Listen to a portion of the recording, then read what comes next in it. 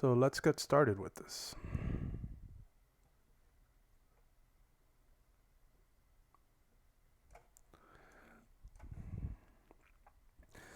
So here's your splash screen, and all these Roll20 products, they usually put the cover.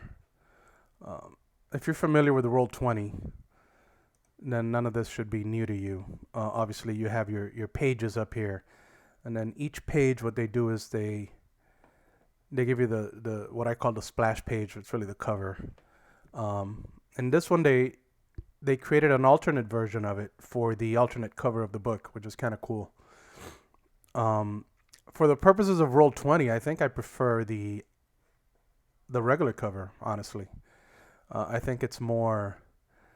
Um, it's a better description of what the module's about and what you're probably going to face in the adventure, rather than the alternate cover. The alternate cover works great for the book, but I think for Roll20, I prefer I prefer this one, the regular cover.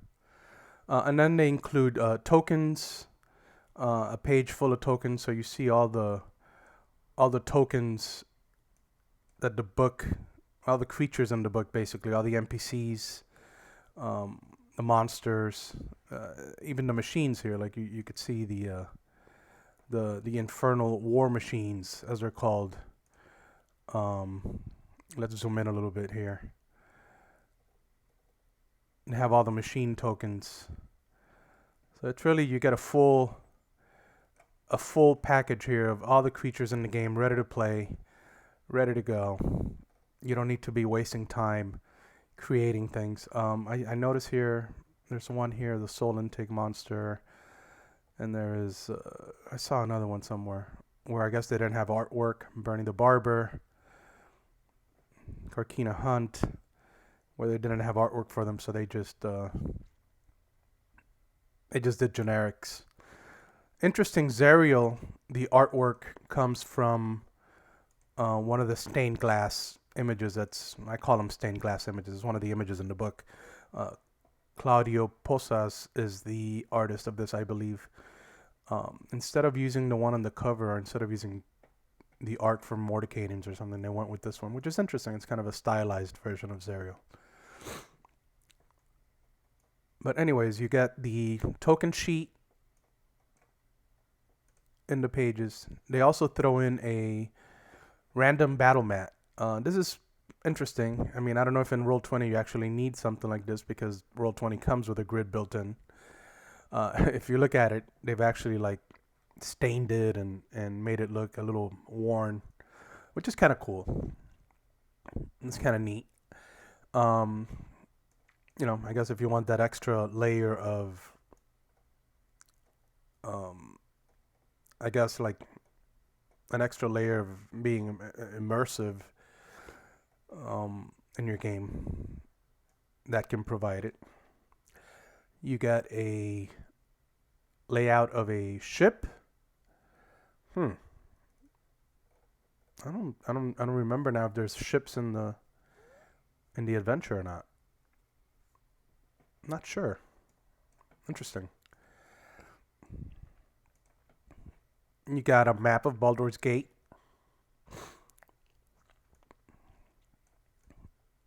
And these maps are great. These maps are very high resolution. You could zoom in very close in, and you don't lose a lot with these maps. I really love the level of resolution that the folks at Roll20 use when they create these graphics, because you really don't lose.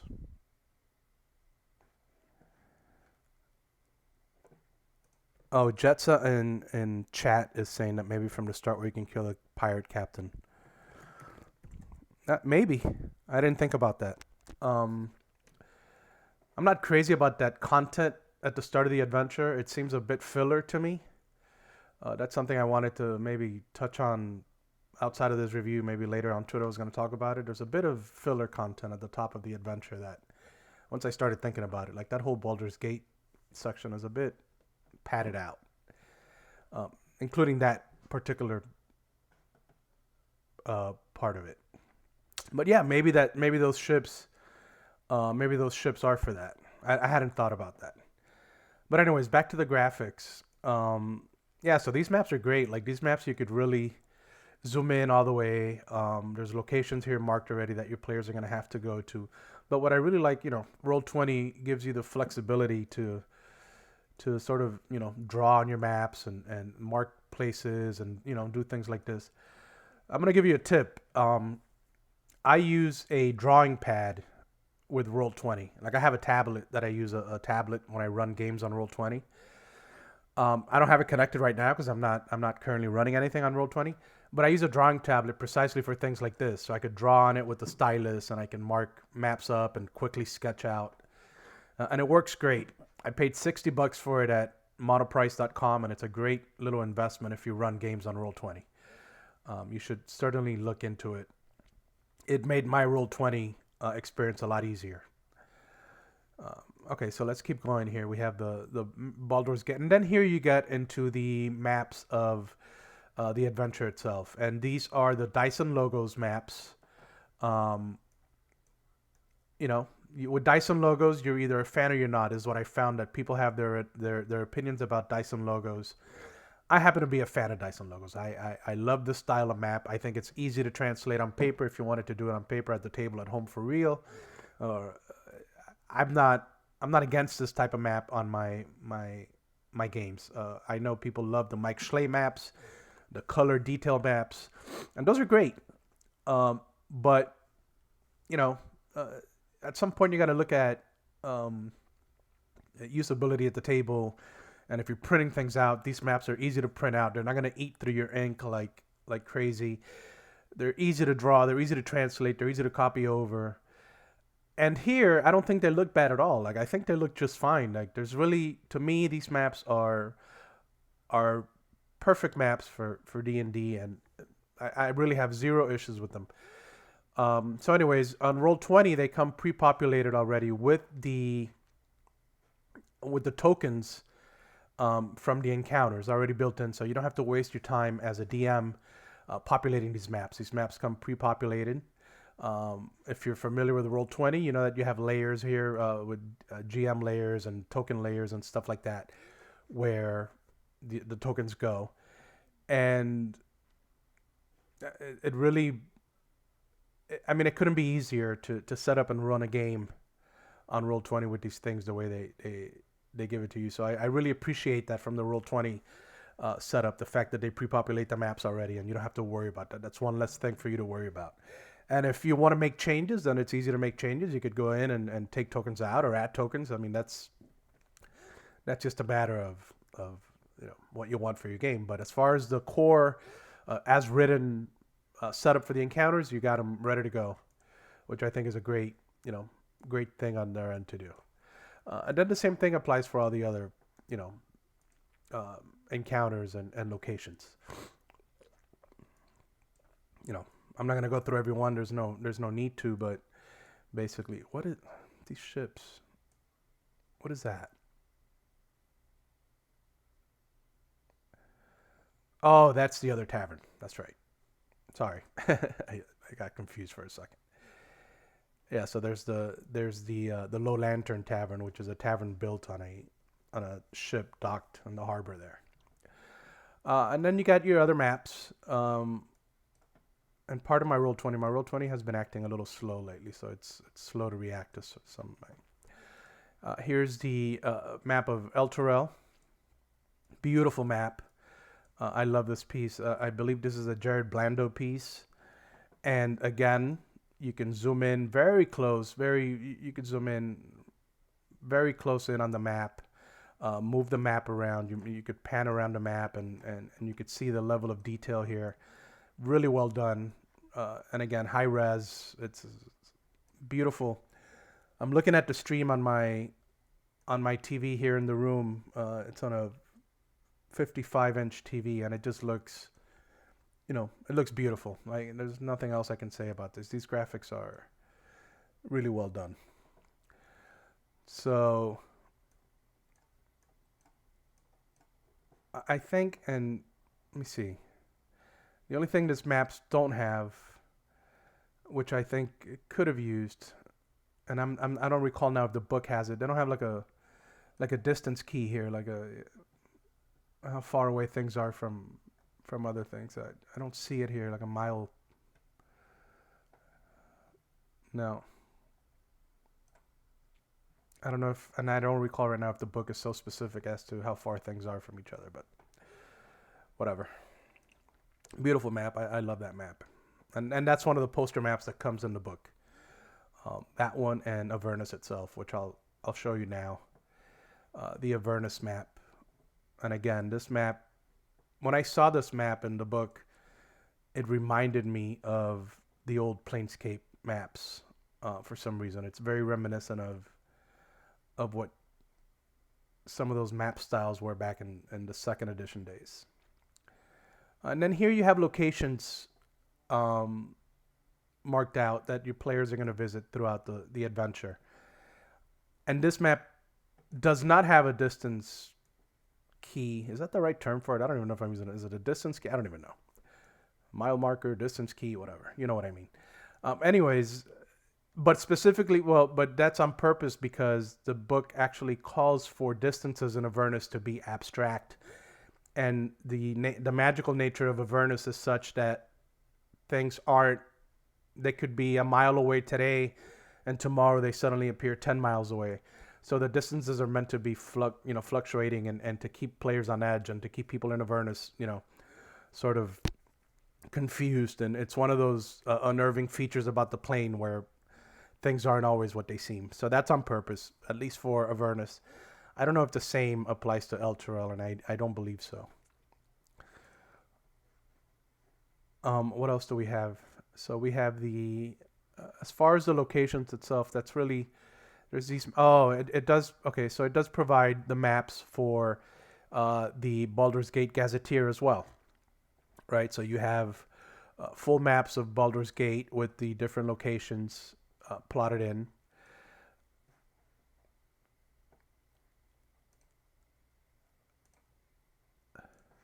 Again, same high res. If you wanted to zoom in on something, you could.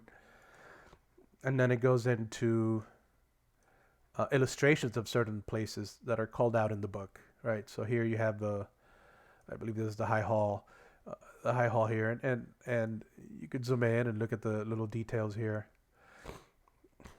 I don't know here how much of this you'd need to be doing, but it's nice that you can. I guess it's pretty illustrations or nice artwork. And using roll20, you can get really close and take a look at that nice detail that they drew in here.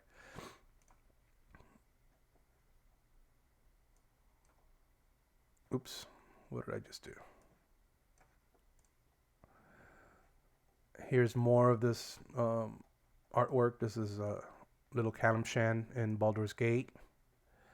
And again, you see, these are, if you use these as handouts, in Roll20, you have the luxury of being able to mark them.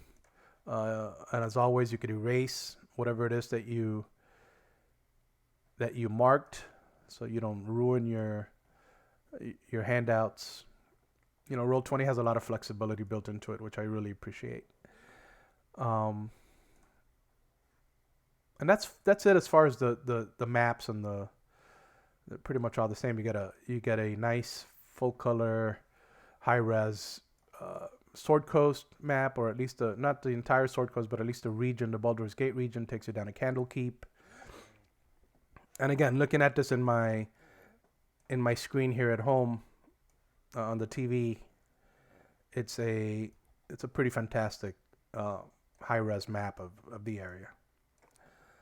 I can see me using this in my home game at the same time as using my books and stuff, just because I'm in the same room as the TV, and why not have it? If I have a big TV and I can display these maps on it, why not? It's a great thing to have. Let's go now into the adventure itself, right, and the way they're presented in Roll20. I should say that Roll20 was gracious enough to give me a review copy of this book a few days ago. And the way the Roll20 stuff is structured, is it really mimics the book quite well. So you have your your roll 20 information. It gives you credits on the same credits you get in the book. The book is missing a writer credit actually. Will Doyle, I believe his name is Will Doyle. He's one of the writers of the adventure. He was not credited. His credit was left out of the book, and it also left out here in roll 20. I'm calling that out specifically because I think that roll 20 should go in and try to fix that. It's an easy fix. You just got to type in his name here. Obviously, printing out a book for a new credit is a little harder, but the roll 20 folks should try to put his name in. He is one of the writers and one of the authors, and he should have his proper credit. So I am calling that out as a something that should be done. You have your pronunciation guide the same way as in the book, and this is all presented as handouts, and it's all presented in a way that you could also show it to the players if you wanted to. I don't know if you'd be presenting this to players, but there it is. You could if you wanted to. And then it goes into, and then you see the labels here. Roll 20 has a labeling system. I don't know if you could see the blue dot here next to the pronunciation guide. I don't know if the stream is capturing it, but it lets you know when you're showing something to players or not as a DM. Anyways, you have your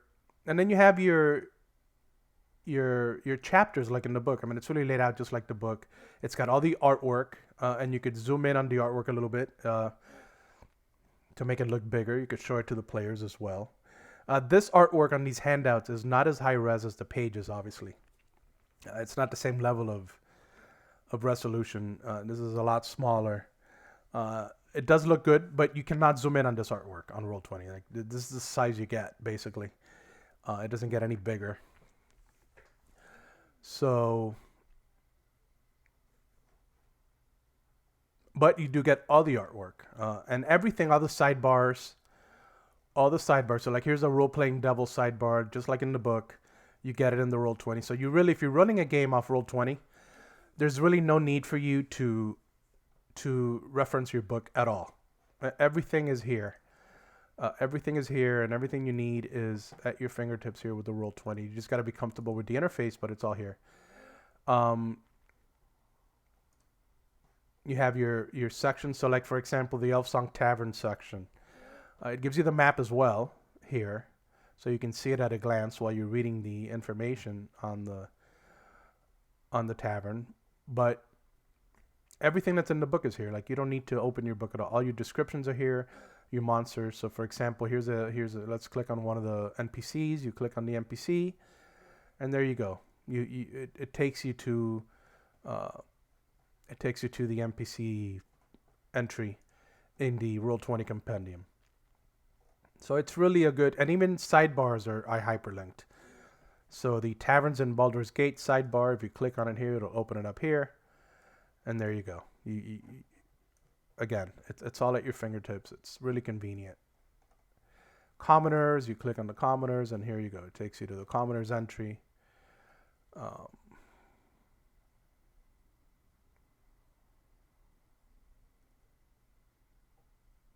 And these are all the commoners inside the adventure. These are not just commoners, generic commoners, but these are commoners that are part of Baldur's Gate Descent into Avernus. So it's really well done. As you can see, it goes through all the different commoners you find in the adventure. The bathhouse, a masseuse somewhere. It's really well done. And then it really just takes you through the whole book the same way. It's laid out in the same way. The Candlekeep section, you have your artwork in Candlekeep. You have the descriptions. You have the priests.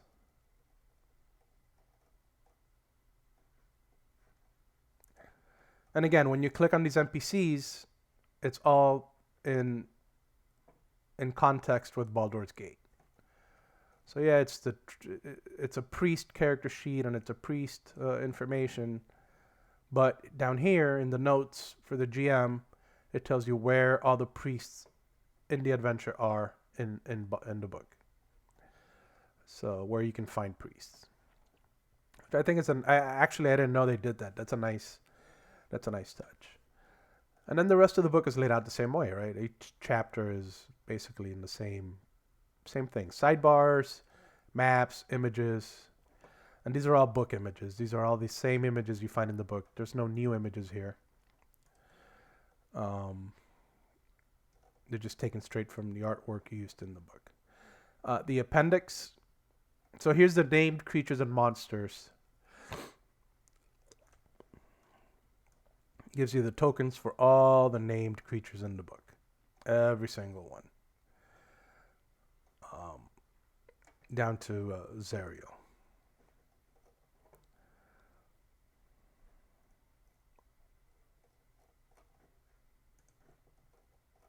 Everything at your fingertips, everything laid out and labeled and linked to where it has to be linked to.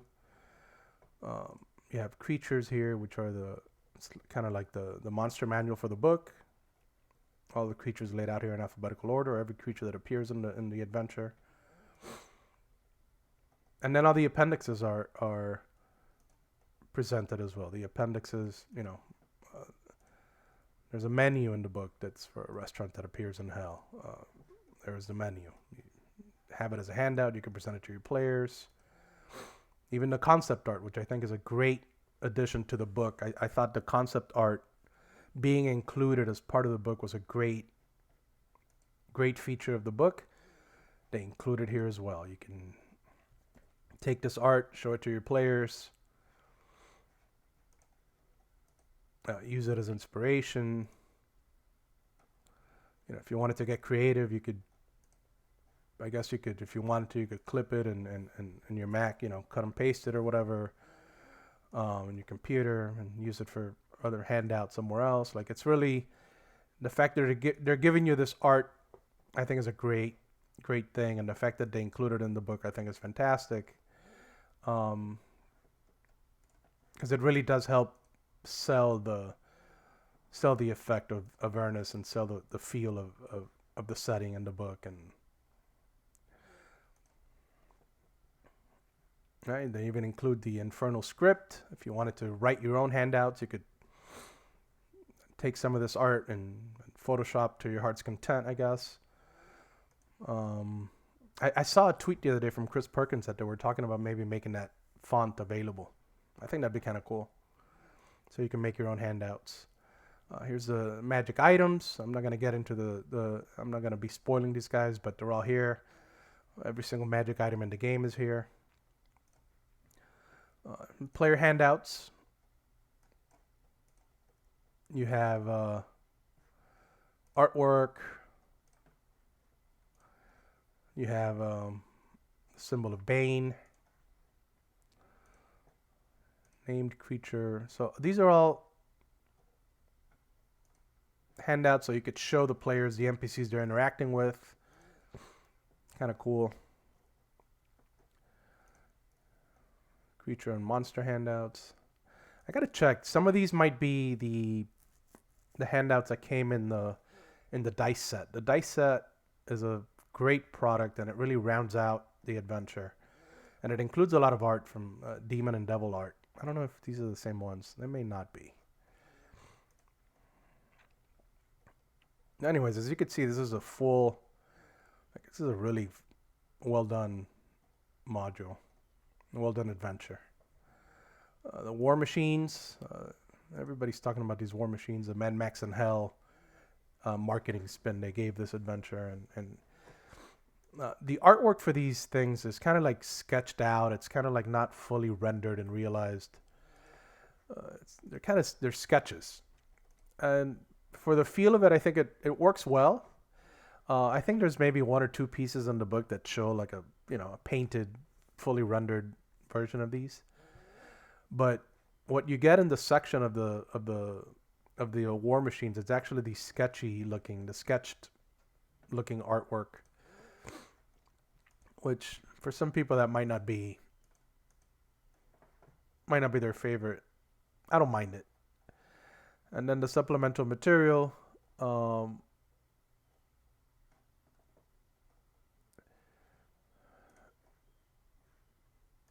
They go over some rules, things that you may need at a glance. Talk about the 9 hells. These are things that, in addition to the trinket table, so these are things you might need for your game that aren't necessarily included in the book, because they're not, but they add to, you may need them in your DM bag of tricks, and here they are. So you don't need to be referencing other things. They pretty much give you a nice fully realized adventure here that you could run without needing to reference much else. And I can appreciate that. I think it's a well done thing. I don't know if you guys in the chat have any questions or anything you want me to be specific about. I can. Otherwise, I think that's pretty much it for this review. I wasn't going to review the actual merits of the adventure. What I wanted to do was show you the way Roll20 presents it, more than anything else. But we can chat a bit if you want about the adventure or anything else, really. If not, that's going to be it.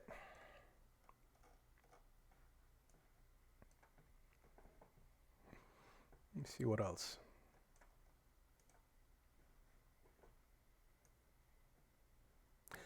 One thing I like to do for my games on Roll20, I always like to add music to the player landing page. Like this is where the players are landing. I'll add like some music with the jukebox. Like for example, in this Roll20 has a jukebox, so you could add music. Like for this one, I'd add like some heavy metal music to match the feel of hell. I like to play a little bit with music and sound effects. I'm not going to do it right now because I have a hard time with audio on these streams as it is, and I don't want to mess it up with music and sound effects, but that's something that I think adds a little bit to the field too, when you could throw some music on the player landing page. All right, so I think that's going to be it for the stream. Thank you for joining me, and that's it. That's my D20 or my Roll20 review of Baldur's Gate.